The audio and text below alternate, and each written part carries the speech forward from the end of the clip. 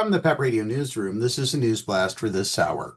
LGBTQ Nation is reporting that an Italian eatery in Chicago named The Void celebrated Pride Month this year with a Chick-fil-A-inspired pop-up called Chick-fil-Gay, parodying the fast food chain that earned infamy not just for its chicken, but for its support of anti-LGBTQ plus organizations. In a further rebuke of Chick-fil-A, a percentage of the proceeds will be donated to a local organization led by trans people of color. The pop-up, hosted on June 22nd, featured chef and co-owner Danny Kaplan's culinary take on the famous Chick-fil-A fried chicken sandwich, along with their waffle fries and chicken nuggets. Additionally, they served cake slices inspired by the Progress Pride flag, even though the cake isn't on Chick-fil-A's menu.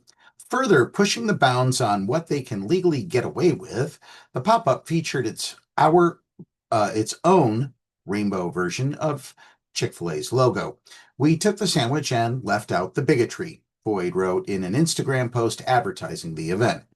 The post further clarifies that 20% of the proceeds will be donated to the Brave Space Alliance, a Black trans-led LGBTQ plus community center on Chicago's South Side. It's an almost poetic form of retaliation since the chicken chain restaurant announced plans to open a location in the same Hyde Park building where Brave Space Alliance operates. Many within the LGBTQ plus community declared their disapproval due to the company's track record of donating to organizations that undermine the LGBTQ plus community. For me, it reinforces that the corporation doesn't do their homework, Brave Space CEO Shannon Lynn Parker told the Eater Chicago at the time. Chick-fil-A has faced backlash for donating to organizations running or advocating for gay conversion therapy or that exclude LGBTQ plus people from membership or leadership positions. These organizations include Exodus International and the Fellowship of Christian Athletes, to which Chick-fil-A has donated a total of $5 million.